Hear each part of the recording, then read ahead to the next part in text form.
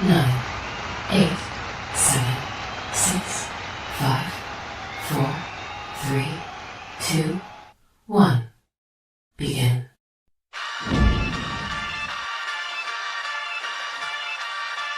In the city of Philly, where the birds take flight, Eagle swag on the rise each and every night. Nolan and Markus got the scoop ready to ignite. From the lanes of South Street to the Broad Street lights, dashing like a running back, hitting every play. Blind guys in the zone, never led astray. Talking touchdowns, talking game day. Huddle around the mic, hear what they gotta say. I like an eagle soaring in the sky. Nolan and Markus always standing by, bringing their heat, call it do or die. Philly squad, hear the battle cry. Fly like an eagle soars in the sky. Nolan and Markus always standing by, bringing their heat, call it do or die. Philly squad, hear the battle cry.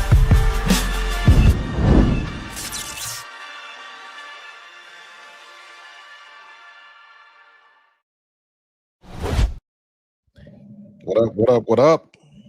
It What's is good? Kevin. How we feeling, man? We feeling good, man. We feeling good. Feeling good. Got a lot to do. Got a lot to find out.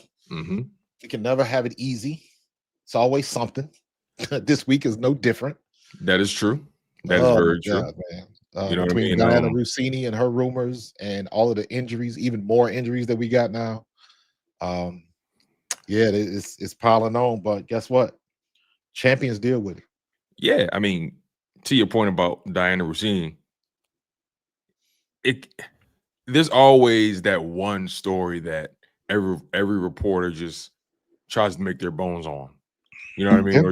Or just tries to sink their teeth into and they won't let it go, right? I feel like every reporter or analyst, whoever these insiders are, they have like that one story that they want to be first on, or they just feel like there's something there to tap into when it's really not. Who knows? But the bottom line is Diana Rossini has been she's been like the one reporter who's just been drilling this narrative. Yeah, and normally I like Rossini. She repped Philly well. But all of it, like, it's almost like she got on this and just like ain't getting off of it. Yeah. It's like, and it's weird. And like I saw the one thing that was like reports from everybody else. And I was like, what the hell does everybody else got to do with what's going on in Philly? You from Philly, you know this. Why did and I'm like, is this the Athletic trying to tell her to do all of this stuff? Like, who's from Philly? Ain't Diana Rossini from Philly? I don't know that. I thought she was from Philly. I don't know. I'm only asking because I never heard that. I don't know that. This up. I was under the impression that she is from Philadelphia, or maybe her husband is from Philly, but I thought she was from Philly. Hey, regardless, you know, you guys are tuned into the Bald Eagles podcast. He's Markus Thomas. I'm Tone DeShields II. You guys are phenomenal as always. Make sure you smash that like button. Make sure you guys are subscribed to the channel. On top of that, we're live on 2 channels. We're live on Pro Fan Talk and we're live on Chalk It Up Sports. Y'all know the vibes. Y'all know the energy. Y'all know where our baldies be. You feel what I'm saying? So let's keep these vibes going. The vibes are high. Your Philadelphia Eagles are facing off with the New York Giants at Lincoln Financial Field. Gotcha. Her husband is from Philly. She from New York. See? She's an op already. She's a New Yorker. You know what I'm saying? North Jersey. And again, Giants, Eagles today. Last time the Eagles and the Giants faced off, 34-17 ass whooping that the Philadelphia Eagles had to face.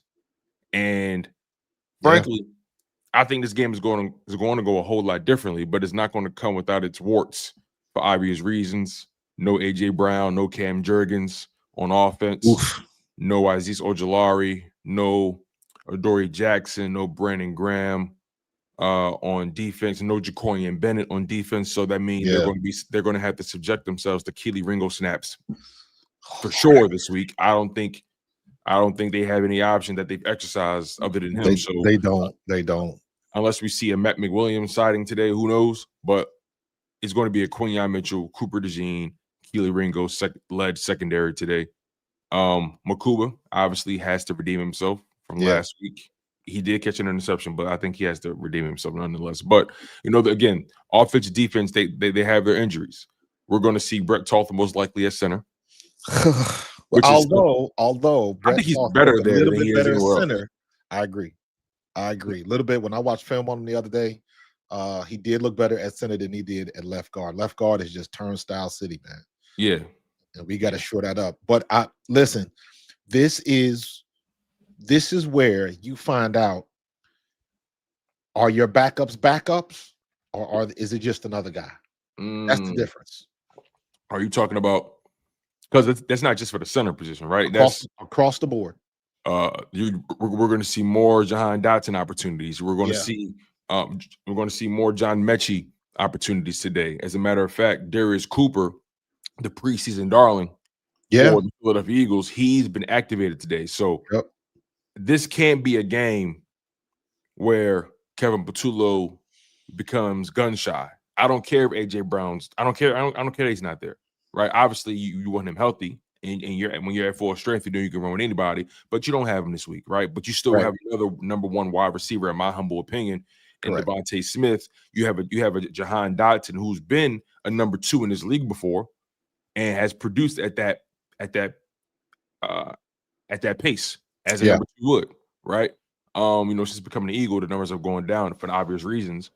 But another guy, John Mechie, you're trying to make some money next year in some kind of way. You're trying to show that you still have it. You're trying to show that you're more than just this number 3, number 4 receiver, right? Houston moved on. These are the opportunities you got to take advantage of when the ball comes your way. And Darius Cooper, you're healthy now. I have high hopes for the brother, but we'll see how this pecking order gets sorted out. I think Darius Cooper may have 3 targets today. 2 to 3 targets today. I wouldn't put him past this team. So again, no AJ Brown, but you still have you still got some guys on that offense. They can do some things. Dallas Goedert. You have options here if you're a competent play caller.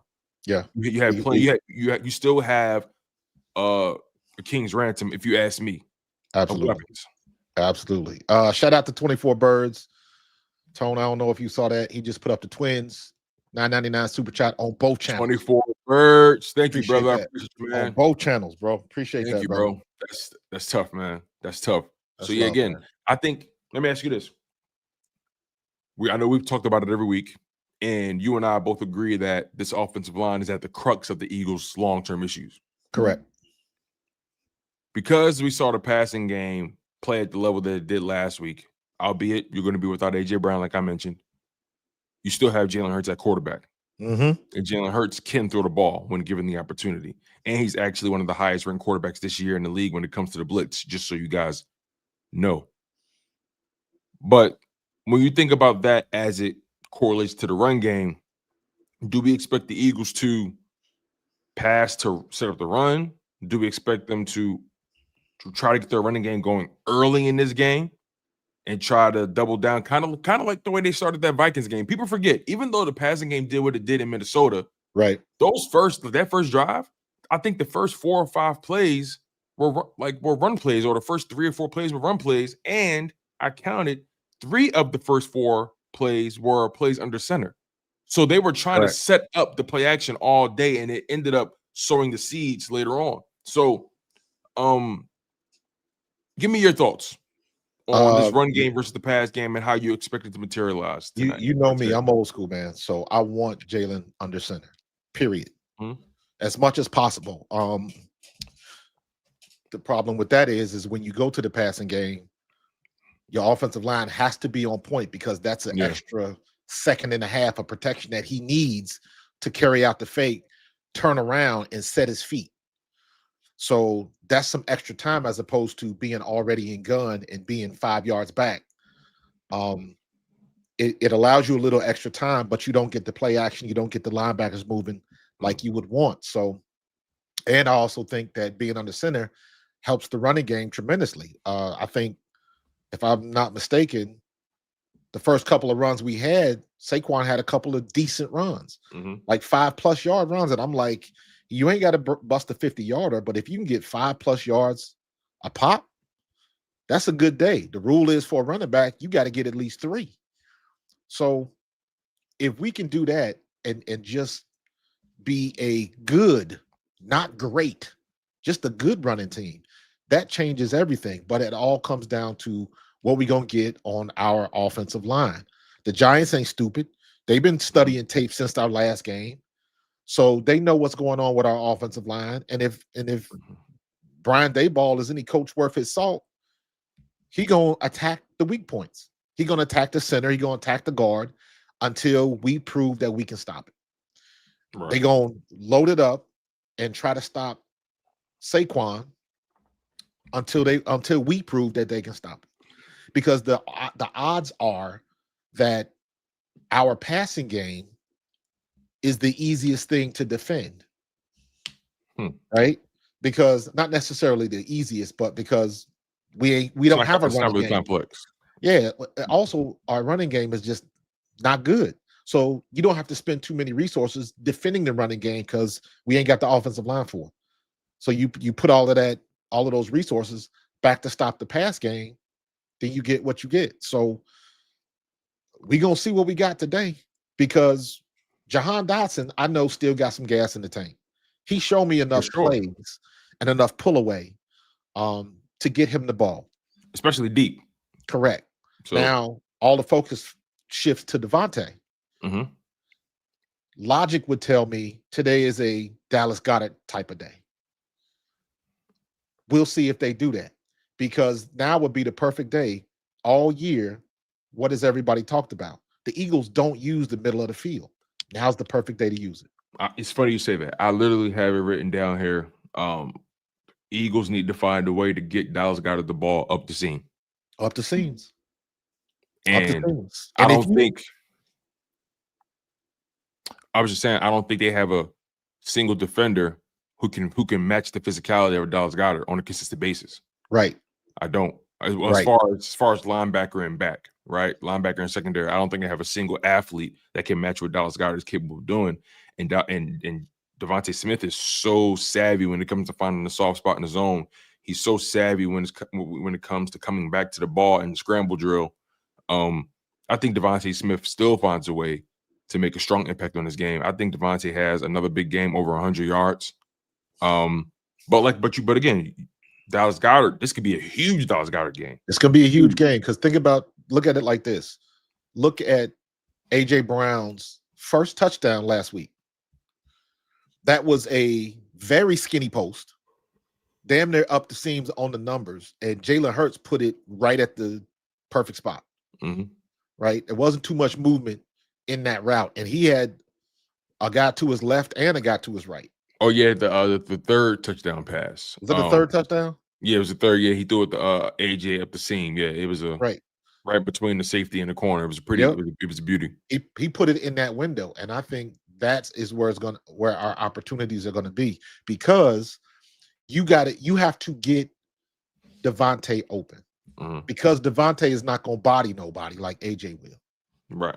You got to look at the size difference. You got to look at Devontae is a finesse route runner.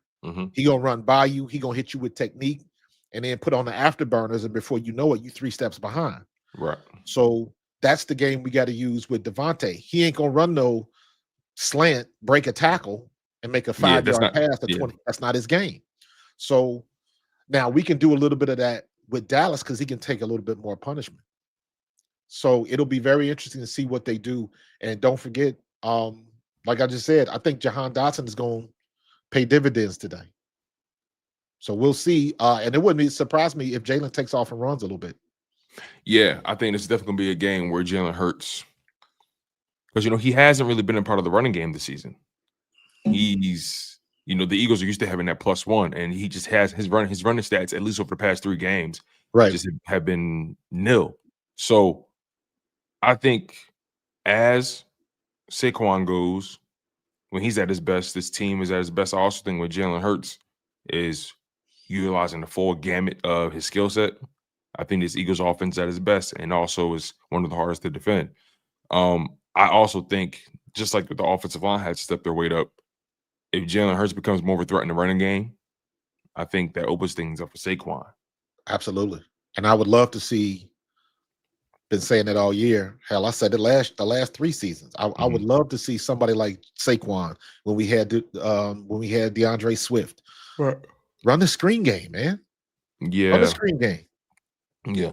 Go back in your archives Pull up some of the Andy Reid stuff and look at how he ran screens with Darren Sproles. Yeah, I just don't want Patullo to lack aggression in his game because AJ Brown's not there. I agree, but to counter that, Mhm. in a situation like this, your job is to get the ball in the hands of your most explosive offensive player, and that to me that is still Saquon Barkley. Mhm. So mix it up, do what you got to do, get his hands on the ball. It don't have to always be handing it off from tackle to tackle. Right. So even though we had some failures pitching the ball outside, we also had some successes. Yeah. You know, I'm not looking for him to, like I said, take it to the house every play, but I will take 5 yards around the corner. I'll take that. Stretch the defense out. That'll set up you coming to the inside. And why can't we do a skinny pitch? Why can't we pitch it outside? But instead of running outside, he runs right off tackle like we normally do. Right. But that's a technique you playing off of what the linebackers do. Anytime you under center and Jalen puts that ball in the air like he about to hand it off, see ball, get ball, linebackers are flying. Anytime the linebackers see that pitch, they flying. San Francisco's excellent at doing this. They pitch it to CMC, and then as soon as he gets the ball, he goes straight ahead, and it's an off-tackle pitch. But everybody's flying so hard to get to the outside, it sets up his cutback lanes. Mhm. That's not complicated. And that's something that anybody can set up and do. So, you know, this is a copycat league. Find out what works and adjust it, but use it to your advantage. And that's something, in my opinion, we haven't been doing. But I'm nitpicking too. I'm nitpicking because in the same breath, I'll say the issues with the offense is not on Kevin Patullo. So I realize that I'm nitpicking on what I want to see the running game do. But at the end of the day, I mean, hell, this is really not a Jalen or a Devontae or a Patullo problem. Never thought I would say this, but this is a Jeff Stoutland problem. Dog. I've been trying to reserve my opinions because Stoutland has built up so much equity with the city and his team. I mean, he's not out there playing. I'm sure Stoutland's methods haven't changed. They're not performing. Correct. For a Everybody million get a turn. reasons. Yeah. Right? These are Pro Bowlers and all pros. They don't lose talent. That just doesn't disappear. Especially these guys, most of these guys are in their prime. Yep. So I have to look at the players and say it's a lack of execution. I have to look at the players and say, hey, they're not healthy. That has to be the explanation because there's no way Landon Dickerson could be a 3-time Pro Bowler consecutively. There's no way Cam Jurgens can playing as bad. There's no way Cam Jurgens can be a Pro Bowler playing as bad. Tyler Steen, he's a guy they've been developing for the past 3 seasons. Yep. You know, and he's always been good. Like he was great in the NFC Championship game. He was fantastic. You know, he's a guy that's talented. So and we know what Maylard and Lane Johnson are. It's not even all pros, put it that way. So it's just one of those situations where, if they get back to Marlin dudes, we could see this defense or this offense could do whatever they want. Yeah.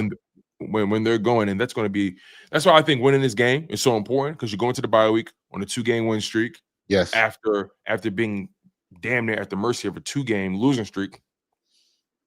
And you got Green Bay the following week, and then you got a full gamut of opponents that are definitely going to test and find out where the Eagles are in the pecking order of the NFC. But that offensive line, they had to spend extra time during this bye week and after this game in general, figuring out what's going on with this offensive line and getting healthy. Yeah, and like 24 Birds said, we won without AJ. Oh yeah, for sure. Yeah, we did. We won games without AJ. So I don't think the lack of play action is because Jalen isn't comfortable. I just think that that's not in the repertoire of what they want to do. If they go play action and Jalen's under center a lot more, then they're breaking from the norm. And any coach that goes through, this is why I say you nitpicking, because when you get to this level, do what got you there.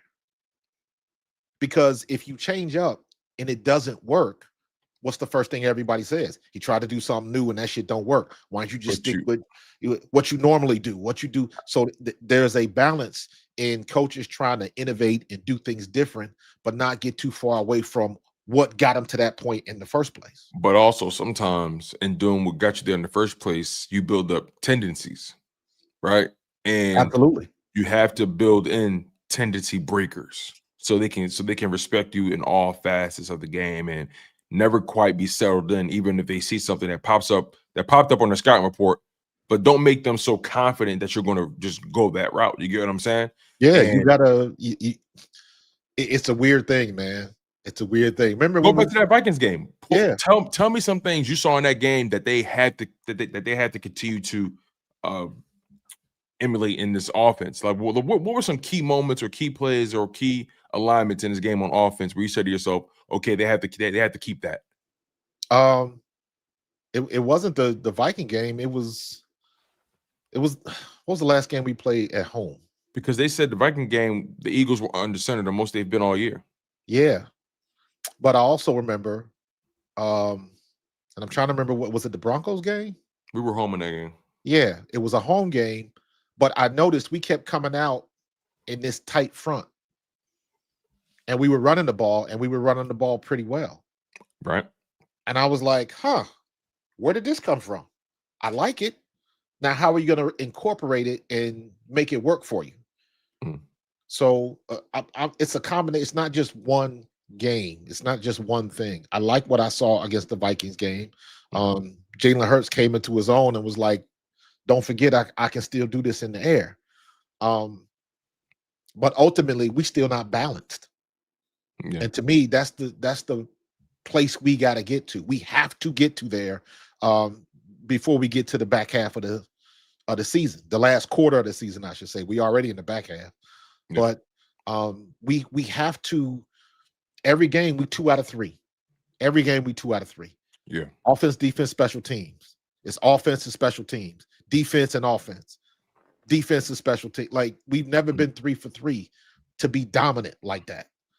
And that's what we waiting on. And I think hopefully, especially if we can get through this game clean, we can get to the bye week, come back on the other side. Dickerson, are you at 100%? Are you still at 85, 90? Mm-hmm. You know what I mean? Cam Jurgens, are you 100%? Are you still 85, 90? And how well does that 85, 90 play? Those are the things that we got to worry about, because if we don't fix that keystone, everything crumbles.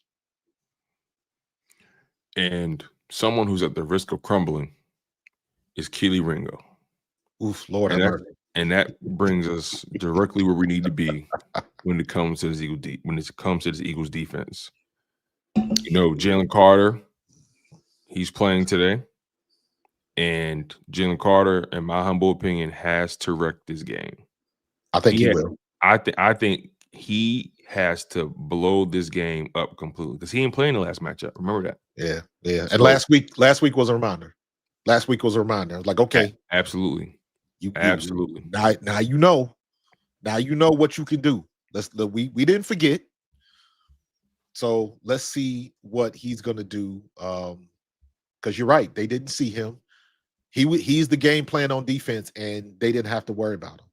So let's see how much time Jackson Dart has this week, because that makes a difference. Yeah, well, we're gonna have to worry about Keely, because agreed. Quinyon's back and he's healthier. He had a very good week 7 against the Vikings. But he was coming off that hamstring. I felt like he was still a little gimpy. Yeah, he played it very safe in coverage, if you ask me. I agree. I didn't see him take too many risks. Right. But it didn't cost us. Exactly. It didn't cost. It didn't show up as a liability. That's the gamble. That's the gamble. He to your point, he played it safe. Let me do what I got to do. Not trying to be a superhero. And that's not to say he was bad. I want to make that very clear, because sometimes people, it doesn't compute, right? His skill level, he's good to go. I feel like, he was healthy enough to play. I think he ended up as a full practice participant, even while dealing with the hamstring throughout the week. He was limited on like the first practice day, and from there he graduated to full participant. So he was healthy by their standard, but I still felt like he had the safest, cleanest game he could have under the circumstances. That, in my opinion, having been in situations like which is that, very veteran-like. yeah, especially when you have soft tissue injuries. I don't remember many hamstring injuries, but I do remember like a lot of high ankle sprains and things like that.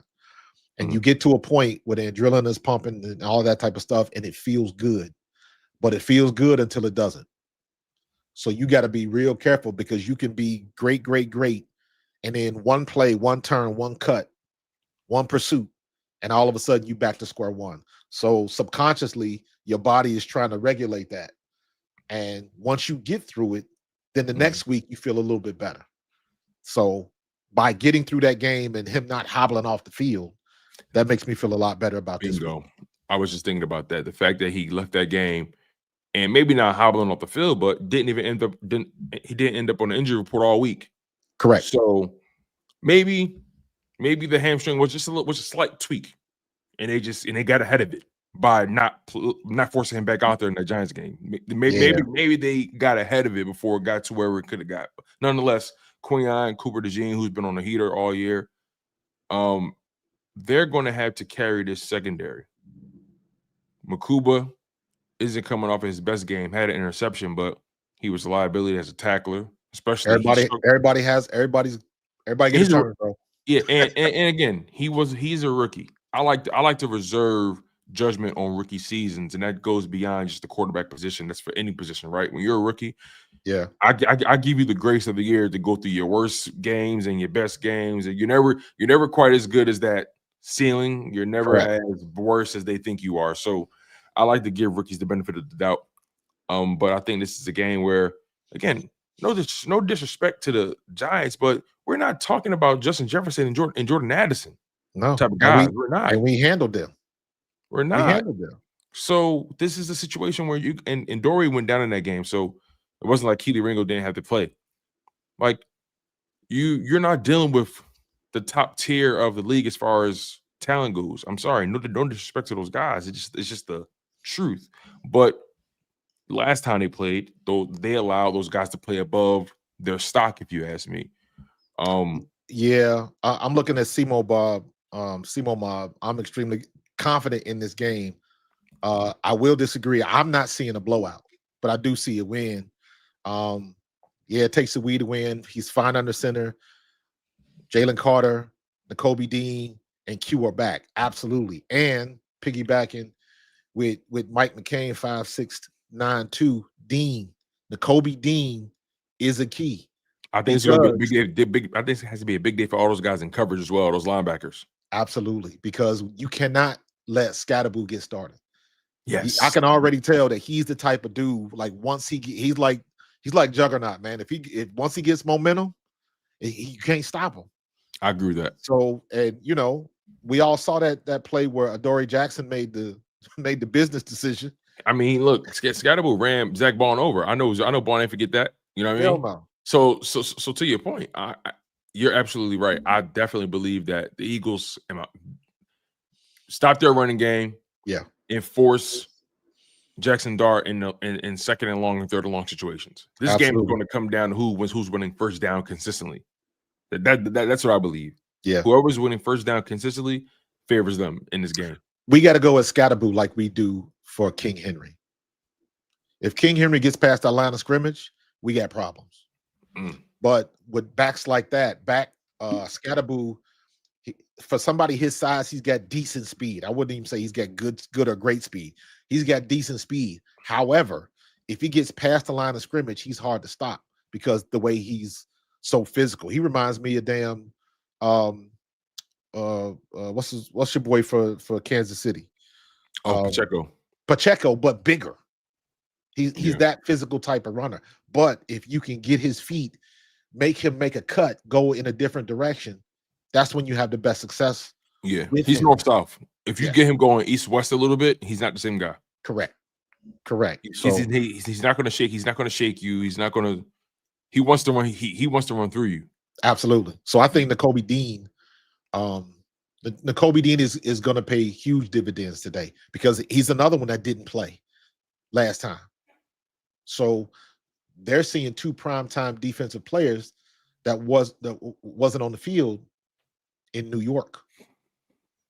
Yeah, That makes a difference. makes a Huge huge difference, difference. especially with JC. Yeah. We got to see less guys, posting up and waiting for the ball carrier to make a move, fly in. Every time I see DeJean tackling, he's flying and he's not giving the ball carrier a chance them legs out to make a move, right? And when it comes to Cam Scatterboo, like you gotta fly at him, make him try to make a move. So at that point, because he's once he makes that move or tries to juke, like don't allow him to build up steam. He's a guy you gotta fly at. As soon as he gets hands on the ball, fly at him. Make him go east-west. Don't let him build up, real estate going north-south. Don't let him do that.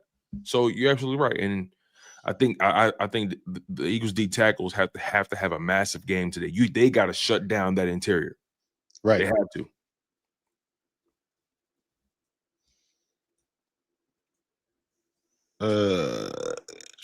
What do you think is going to happen at the edge? Well, we're going to see more Jihaad Campbell. You don't have Aziz Ojolari in this game. Nope. Ogbo Oranquo doesn't come off IR until maybe after the bye week. You have no Nolan Smith. You're not going to see him until Green Bay week. Injuries, bro. You're thin there. You're Injuries. thin there. BG can't play this week. So right now, you have Jihaad Campbell, you have Uche, you have Patrick Johnson and Jalen Hunt. Those are your edge rushers. Dude, I feel like all of that hype behind BG was a waste. Because he's not playing. Because he's not playing this week. Because he's not playing. Now, if I guess I'm like, you could have held that back until the bye week. If he wasn't going to play until after the bye, let that be. You mean you could have announced it after? Correct. Because I was like, I'm thinking because we need him to play. Shit, I didn't think he was going to play this week. But to your point, yes, it's not like they desperately need that position. Absolutely, they need more bodies at the position. So. Absolutely. And it ain't like we got that many linebackers. Isn't Trot Jr. hurt too? So actually Trotter Jr. is back. Trotter Jr. He's got to stay healthy. Oof. Yeah. Let me see. So Jeremiah Trotter, full practice participant. Moro Jomo, full practice participant. Okay. Dallas Goddard, full practice. Darius Cooper, full practice. Landon Dickerson, full practice. Grant Cacatero, full practice. So they get Grant back, get stronger at tight end, and get Cooper back, stronger at receiver. Trotter's healthy. So they had the full gamut of their guys, really, except for at the edge rusher position. I'm thinking because we so thin, are we going to see Vic Fangio possibly jump into a 34 a couple of times? So we got extra linebacker out there just to give the edges a break. Yeah, man. These are the games that you got to play. It's a chess match. It's a chess match. Are they going to jump into 34? Are we going to go nickel a lot more than we normally do? Right. You got to play with some things. Also, we looking at, let's not get it twisted. The Giants have had a couple of good games. They had the one game against us where we played like crap. They not world beaters. That hasn't changed. So eventually they're going to come down to earth. Jackson Dart, he had a good game. Is he going to have two good games? Let's make sure that don't happen. So we still dealing with a rookie. We still dealing with average receivers. That's true. We still have the advantage on paper. We still have the fact that we are the better team on paper. But last time up in New York, we just didn't put it down. And we still look at the game. We still look at the missed opportunities and say, if we turn around some of those passes, we win. Because all of those passes we was bitching about against the Giants, we completed against the Vikings. I agree. So and the Vikings defense or the secondary rather, is way lot better than New York. Is a hell of a lot better than New York. Absolutely. So if we can do that, we see the potential of the Eagles when everything is running the way it's supposed to run. Right. Jalen is just got to throw that ball with a little bit, 2 degrees more air under it. You know what I mean? And maybe the AJ Brown pass is complete, or just different things like that, man. And we're not shooting ourselves in the foot. So let's hope that this game is clean. And I'm saying clean, like minus the penalties, minus the mistakes. That's the standard of coach speak when you're talking to your team. Can we play mistake-free football? The team that makes the least amount of mistakes usually wins the game.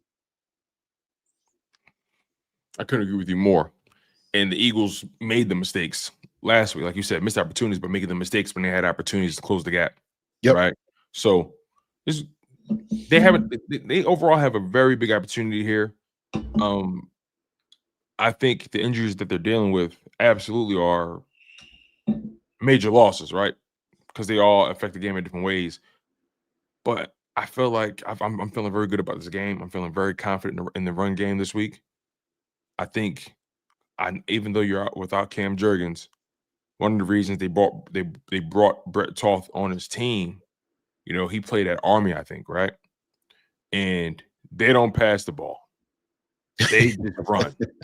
You are correct. So they brought him in as a run block, like when they drafted or when they found him as an undrafted free agent, whatever it may be. He was supposed to be a run blocking specialist, right? And we both agree he's better at center clearly than he is at guard. Because when he came in for Cam Jurgens, it was a little rough in the first half because he just came in. In the second half in that Vikings game, he settled down. And I think with a full week of practice, knowing you're the guy this week, I think we see a better Brett Toth. Again, I'm hoping. He did play at Army, so you're right. Yeah. Yeah, man. We gotta. So who's at left guard? Is Dickerson playing today? Yeah, Dickerson's full. He was a full practice participant all week. So who's his backup? Pryor? I would say so. Somebody mentioned something. What happened to the kid he signed from the Rams? Oh, from the Rams. Oh, you talking about the little small dude? Lampkin, right? Lampkin, yeah. It might be time to call his number.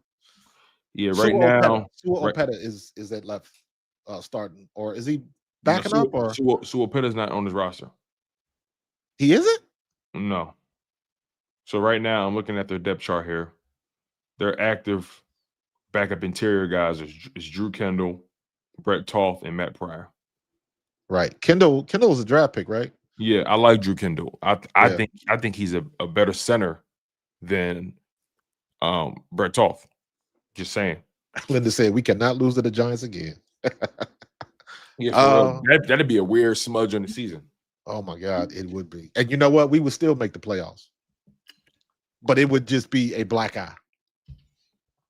Yeah, I don't want to give him that satisfaction. I agree with you 100%. I don't. Yeah. Thank you, Linda. It's nasty when Giants fans are happy. Like it's like nasty. Yeah, we the same way. I mean, we the same way. It is what it is. But like when we're successful, like when the Eagles are successful, they're like it's a return to order. You feel what I mean? Yeah. It's a return to order when the Giants are feeling remotely confident about their talent or whatever it may be. It's an odor that I mean radiates from that. It's just the balance of the universe is off. Yeah, we don't want to be looking like that. We don't want to be looking like that kid that was the Jets fan leaving the stadium. You see that? God, dog, he broke my heart. He broke my heart, yo. He broke my heart, Marcus. He said, "I'm born into this." So he said, "I was born into this," and I hate this team, man. I was born into this, and I'm gonna always love the Jets, but I hate this team. Man, I hate he broke my heart. I've never been that low as a fan. That was a reminder. Like I played in the 90s. You know what I mean? And there were some Eagles fans that had that type of attitude because we always had great players. We had arguably the best defensive player to ever play the game. And we still couldn't get it done, and we still gave them away. And so all of these little things, we had the ultimate weapon, but didn't have a good offensive coordinator and this, that. It was always something, And then we finally get to the point where we putting it all together, and then you see a Jets fan say that. Let it be a reminder to all these fan bases, like who get a little uppity when things go a little wrong. Like people wish they had our problems, bro. Dog, we are in a better position than most teams in the league, and then we're in a better 95% of the position league.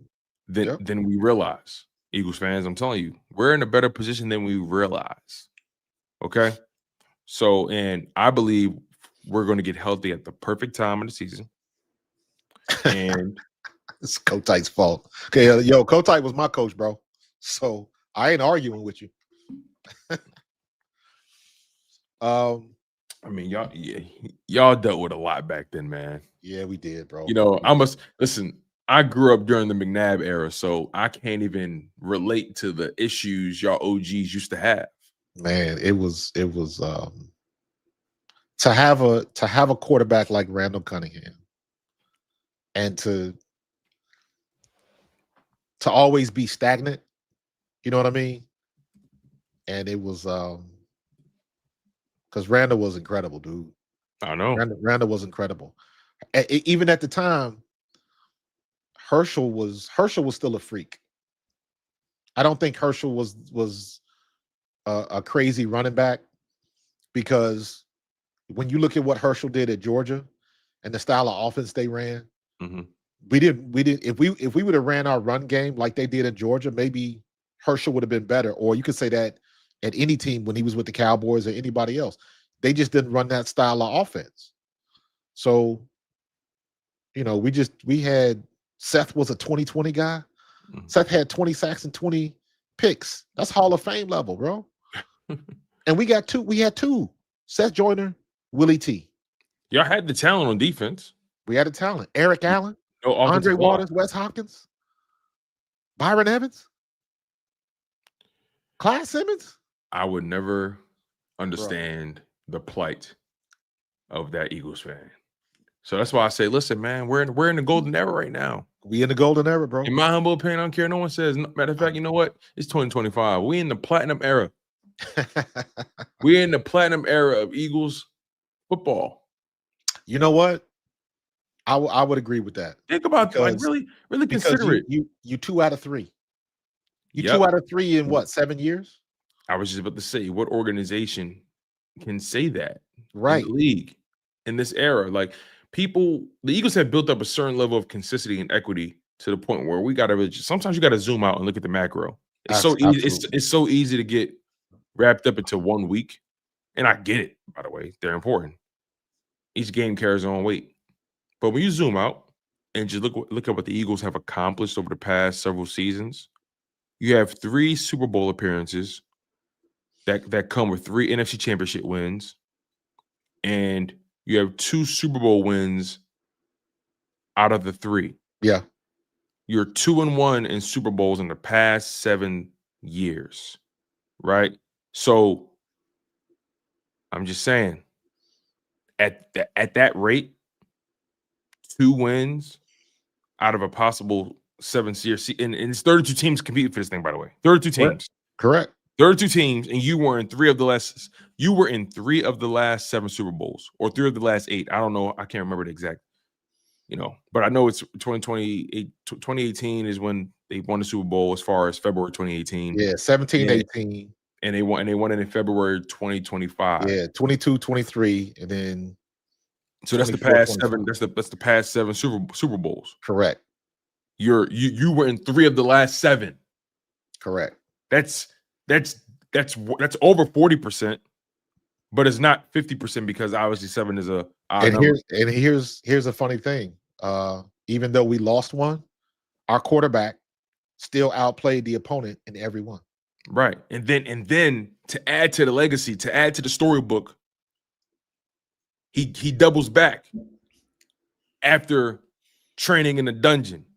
Yeah. You know what I'm saying? Like, you lose that Super Bowl, the team plummets in 2023, 2024, that season, and you gotta crawl yourself back from oblivion. They was in the dungeon, and they got back to the top of the castle. They got back to the top of the mountaintop, slayed the dragon that put him in the dungeon in the first place. Yeah. How many that's legacy? That's story. That's art. That's theater. What did they say about what how? Because I remember this specifically after 22, after we lost to the Chiefs, and everybody said how great Jalen was. Jalen could have possibly been the MVP as the loser. all of that type of stuff. And he was that good. That one freaking mistake. Oof. They said But he'd never make it back, Marcus. that was the conversation. And history was on their side. Yes, it is. All they talked about was how difficult it was to get back to that. Regardless of the talent you have, there are teams. We watched the Bills make it to what, 3 consecutive Super Bowls and lose? 4. They made it to 4 consecutive Super Bowls and lost. You know how good of a team that was? Just to get there 4 consecutive times. 4 in a row, and they lost. Now, 2 of them was because of a kicker, I believe. Right. But 4 in a row, bro. 4 in a row. Do you know how strong you have to be? And Jalen Hurts got 2 cracks at the apple in a 3-year span, and he capitalized. They paid him after the 2022 season. His first season with the money was 2023, 2024. Then 2024, 2025 season, he delivers your Super Bowl. He's made good on the first contract. That's how I look at it. I need a Super Bowl every contract. Yeah. If you can give me a Super Bowl win every time, every contract, that's the reason you pay guys. That's the reason you draft guys, right? They can say whatever opinion they have on Jalen Hurts. Jalen Hurts delivered on the investment. He delivered. Everybody that drafts a quarterback in the first round, out of all of the teams that do that, how many have the hardware to show for it? Not many. Not many. The goal when you draft the guy, above all else, can I win the Super Bowl with this guy? Correct. Trevor Lawrence. Nope. Ray Didinger talked about this, right? He said, "Look, I'm convinced Jalen Hurts will never really get the respect that he deserves." And the reality is, when you think about Jalen Hurts' story, and I'm paraphrasing, but like he got into the details of the Jalen Hurts story and the fact that when you draft a guy, you ask yourself, "Can I win a Super Bowl with this guy?" Especially on those day 1 and day 2 picks, first 3 rounds. Absolutely. You draft a quarterback that high, you're asking yourself, how far can this guy take me? How far can he take the team? Right. When he's running the ship. Because a lot of people just act like Jalen Hurts is just, notes, no talent, just all only because, and you go back and you pull the receipts. He not tall enough, his arm wasn't good enough. The Alabama everybody and their mama brought up him getting replaced by Tua in that national championship game. Yeah. Everybody kept bringing that up. And it's like, now what do you have? To your point, when you look at the macro and you go all the way back and you look at how it exists right now, today. And how long Jalen Hurts has been the quarterback throughout that span. Man, listen. Eagles have done a whole lot of winning with Jalen. Listen, we've seen Jalen Hurts and this team do a whole lot of winning with him at that quarterback, and that matters. That matters. Sometimes people just have winning habits. Yeah. Winning habits. They may not be the most talented dude. It don't count. It don't count no more. Everybody wants the pretty picture because they don't want the substance. Sometimes I wonder if teams care more about what their quarterback looks like how he looks. They will never say that. They'll never say that part out loud, but it does. Why do you think?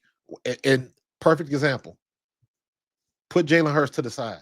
Why do you think San Francisco was so against giving Brock Purdy all of that money? Because they also fell into the hype of he's not tall enough. Iowa State, Mr. Irrelevant, 7th round pick. Yeah, Mr. Irrelevant, right?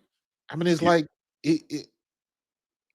he played well for you. He got you as far as Garoppolo did. Yeah, but also they struggled to pay Garoppolo as well. Correct. But that's the position they put themselves in consistently, where when you can elevate these guys who don't have a proven track record of sustained success. Because let's be honest about this. Brock Purdy, he hasn't been doing what he's been doing as long as Jalen Hurts has. Correct. He just hasn't. And the thing is, when people say Jalen Hurts gets carried, someone that gets carried eventually gets exposed. And if Jalen Hurts has been too good consecutively, he's been too productive on a year-to-year basis, you can't just keep calling him fluky or can't keep calling him a guy who's carried, right? He's a guy that brings the best out of these guys. And we've seen Devontae Smith and A.J. Brown have career years and Saquon Barkley have career years because of a guy like Jalen Hurts. Well, right? I think Ray Diddy was 100% right. and I'll take it a step further. No one outside of Philly is ever going to give Jalen Hurts his respect until it's all said and done. Until he cracks 4,000 yards. Until he cracks 4,000 yards passing. I don't understand why that's even a barometer, man. For the same reason, people put so much stock into somebody that's 6'4" or 6'5". It is the intangibles. It is walking into the club and seeing that handsome guy or that pretty girl, and everybody wants that person, and then find out they got mental issues or they're abusive or whatever. But in those situations, you still want to stay with that person because of the optics.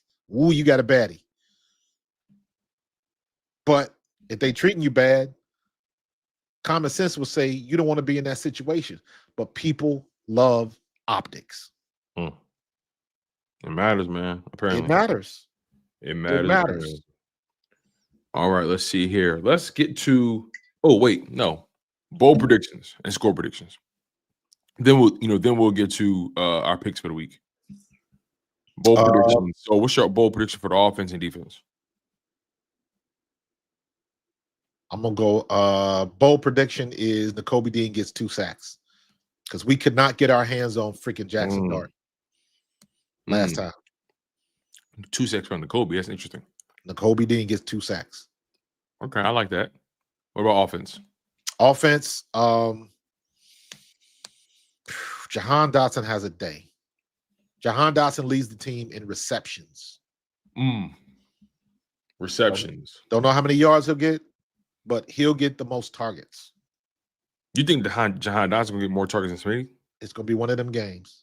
Because I think all of the maybe Smitty has more explosives, but maybe he doesn't have the volume, but the yards may. But thinking where all the attention is going. I can see that. I can see what you're saying as far as the attention going to Smitty. If I'm wrong, I ain't got a problem with it because I mean, of course, Dallas is Smitty. But this could be one of those ones where it's like because everybody's going to be concentrating on Smitty and Goddard. I can see that. Jihaad Dotson is still a threat. Okay, I can see that. Okay, so 2 sacks from Nakobe. Jihaad Dotson leads the team in receptions. Okay. For me, bold prediction for the defense. I'm going to say Jalen Carter. You know what? I'm going to go Super Bowl, actually. And I don't even think this is going to happen, but I'm going to predict it. I think Kelly Ringo gets an interception today. I was going to say that.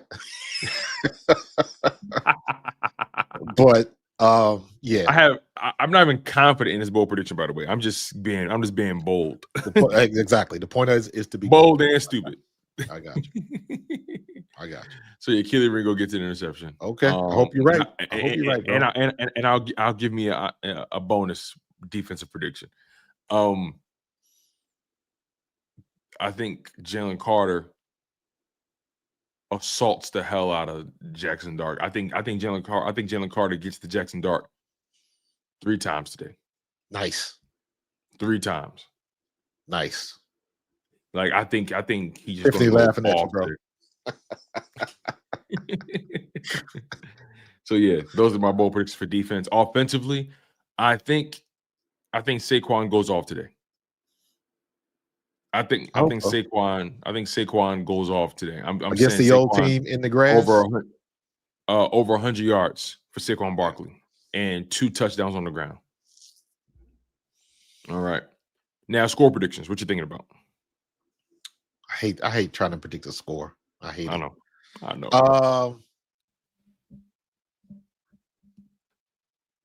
Let's go 24-10.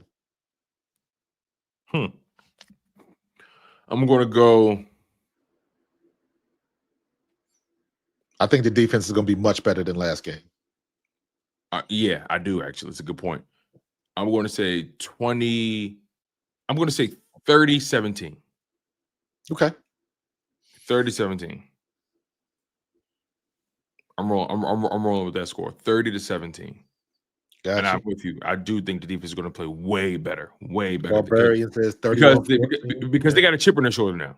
Yeah. They got a chip on their shoulder after how they played in that previous game. They 35 know. to 6, Tiff. Oof. That's crazy. All right, let's get to these picks real quick. They do have here. a chip though. You are. Damn, my man said 34-9. Holy shit. That's funny as hell. We getting the safety? But yeah, 30 to 17. I'm rolling with that. All right. Let's get to our picks for the week.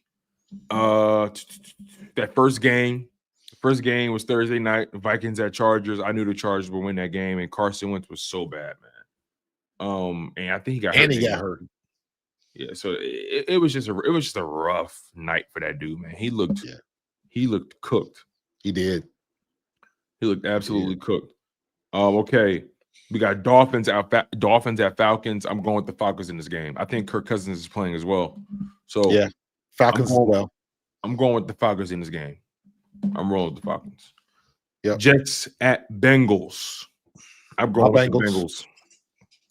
I'm not disrespecting my Bengals and Joe Flacco no more. Mm-hmm. Now I think it was is Tyrod Taylor starting for the Jets this week? I don't know. Aaron Glenn was talking all that trash about he ain't gonna tell nobody because he don't want to. So, anyway, I got the Bengals beating the Jets nonetheless. I got the Bengals winning too. All right. Patriots at Browns. I got the Patriots winning this game as well. I hope they just absolutely demolish the Browns. I'm sick of all of the shit that the Browns is doing. Sanders was he was number 2.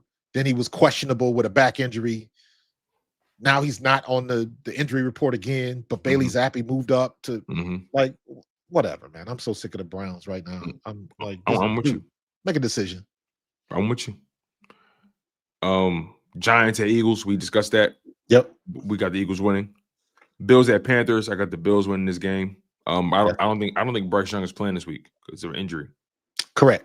So yeah, I think Panthers get smoked in that game. Bears at Ravens. I'm rolling with the Bears in this game. Lamar Jackson was practicing this week, but he ain't playing. He's not playing. I think they're going for Tyler Huntley this week. Yep. But I'm still rolling with the Bears nonetheless. 49ers at Texans. I got the Niners in this game. You know what? I want to think like the Texans are going to pull it together, but they have a struggle bus, bro. I've been wanting that for them all season, and it's not the case. CJ is on the struggle bus. Yeah, man. He's taking his lumps. So I'm taking the Niners in this game. He took his lumps last year. Shit. Yeah. All right, let's see here. Bucks at Saints. I got the Bucks in this game. No Mike Evans. I don't think they're going to have Chris Godwin this week either. Let me double check this here. Bucky Irvin might be out too. Yeah, and Mekhi Ibuka, I think, re-aggravated that hamstring. So let's see here. No Hassan Reddick. Vita Vea is questionable. No Mike Evans. No Chris Godwin. No Bucky Irving. I'm sticking with the Bucks though. I'm sticking with the Bucks too. Yeah, and Baker Mayfield is hurt. Is he? I don't see him last game. Remember? Oh, I don't see him on a report. No, he's not on the report. But if you remember that last game, he took a shot, came up a little bit gimpy. Okay. So I know he's going to play, but I'm just saying that he's probably not 100%. Yeah, I still got the Bucks though, like you said. I'm still taking the Bucks. Yeah. All right, Cowboys at Broncos. This is an interesting game. Very interesting game. I'm taking the Broncos at home. I'm taking the Cowboys, but I think I'm thinking the Broncos. I think Dallas's defense is going to put it on Bo Nix. You think that defense? I mean, that defense has been getting better. Yeah, little by little. Yeah, but the competition has been a little. So and plus, people hate to admit it, but Dak Prescott been slinging. No, that's never been a question. That's the thing. Like Dak being able to put up the numbers and all that kind of stuff, and that's never been the question. Dak has had number one offenses throughout his career, consistently. Yeah. You know what I mean? Like that's not a question with Dak Prescott, at least in my opinion. We know he can throw the ball. Well, we know when we talk about the Cowboys, we're talking about one thing. Yep. Playoffs. Yep. So let's see if because this is if the Cowboys lose, that means Broncos is putting up major points. The Cowboys, I don't think the Cowboys have won a road game all year. and it'll be another feather in the cap of every fan that wants to look at Jerry Jones and ask again why you got rid of Micah Parsons. Okay, If he don't matter. they won at the Jets, but it's the Jets. It's the So they Jets. lost in Carolina, they lost in Philly, they lost in Chicago. They lost in They are- Carolina. Woof. They lost in Carolina. Yikes. They are, let's see here, 1, 2, 3, 4. They're 1-3 on the road this year. Yeah. And they face a better Broncos team, probably one of the best defenses they faced all year. We'll see. We'll see, though. Dak Prescott's been having a very productive statistical season. That's never been a question. All right, let's see here. Let's keep it pushing.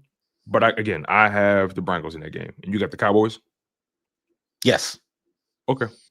Titans at Colts. We're rolling with the Colts in this game. The Colts have been on the heater. Colts.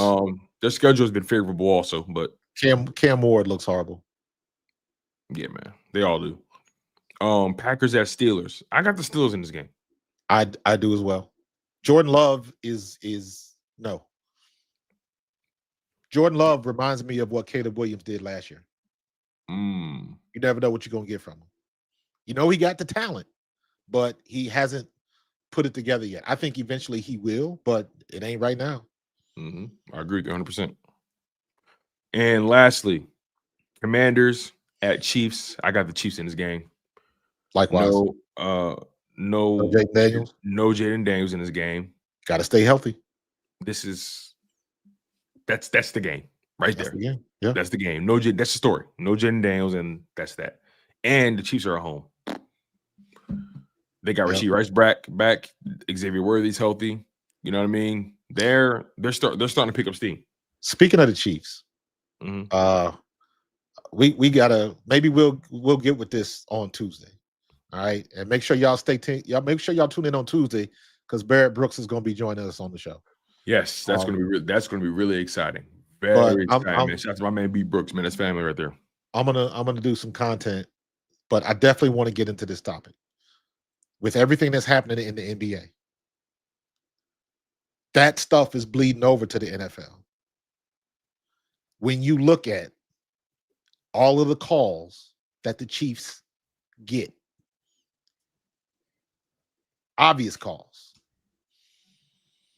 and the reminder was against the Vikings that catch by Hawkinson, which I didn't think it was a catch. I thought that was the correct call. Yeah, I agree. But the one thing Vikings fans always would bring up was that catch, Travis Kelce's catch, his trap that they called a catch when it clearly wasn't. And how many other calls have been called in the Chiefs' favor? And when you see all the stuff that's going on in the NBA with these refs and the gambling and stuff like that, and how many people lose prop bets every week because these bullshit calls and roughing the passers and all of that type of stuff, they are looking at the NFL too. So I'm like, it'll be very interesting because I believe, matter of fact, 7, 8 Tuesday, I get to jump on the competition call. I know somebody gonna bring that up. So it'll be interesting to see how the NFL is looking at this because they got the microscope like, well, why you call it here, but you didn't call it there? It's too much inconsistency. It's been that all year with the refs. They've been Correct. this has been one of the more inconsistent starts that they've had. Correct. I mean, it's been like this for the last 5-6 years. But the problem is that you didn't have another looming league in trouble. And if you don't think that some of the guys in the NBA and some of the guys in the NFL don't commingle and spend money together and gamble together, that's the way it happens. And some of the people that's dibbling dabbling in the NBA are some of them same people that's dibbling dabbling in the NFL. Let's not forget what happened with Isaiah Rodgers and why he was out for. You know what I'm saying? So, and the hypocrisy of it all. You know what I mean? Yeah. I know we got a hard stop today, but we definitely got to get into that. Yeah, for sure, man. You guys have been great as always. Smash that like button. Make sure you guys are subscribed to Pro Fan Talk. Make sure you guys are subscribed to Chalk It Up Sports as well. We appreciate the love and the support. Yes, sir. You know, I got the Eagles winning this game 30-17. Marcus, you said what? 24-10. 24-10. So we're predicting a double-digit victory for the Philadelphia Eagles. We definitely owe the Giants one. I think that game was more so bad Eagles than good Giants. That's just my humble opinion about that. But again, we'll see how things go, man. I'm excited about this game. I feel good about it. I think the Eagles keep up the trend of a productive passing game, but I also think this is going to be Saquon Barkley's biggest game this week. Right. I think he's going over 100 yards. I'm rolling with that. Other than that, y'all, we appreciate it, man. Smash the like button. Hit the hype button. The hype button is really important. Yes, sir. Subscribe, Pro Fan Talk. Subscribe to Chalk It Up Sports. He's Markus Thomas. I'm Tone DeShields II. This has been the Bald Eagles Podcast. And we out of here. Go Birds.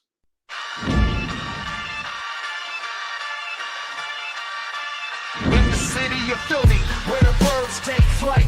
Eagle swag on the rise each and every night.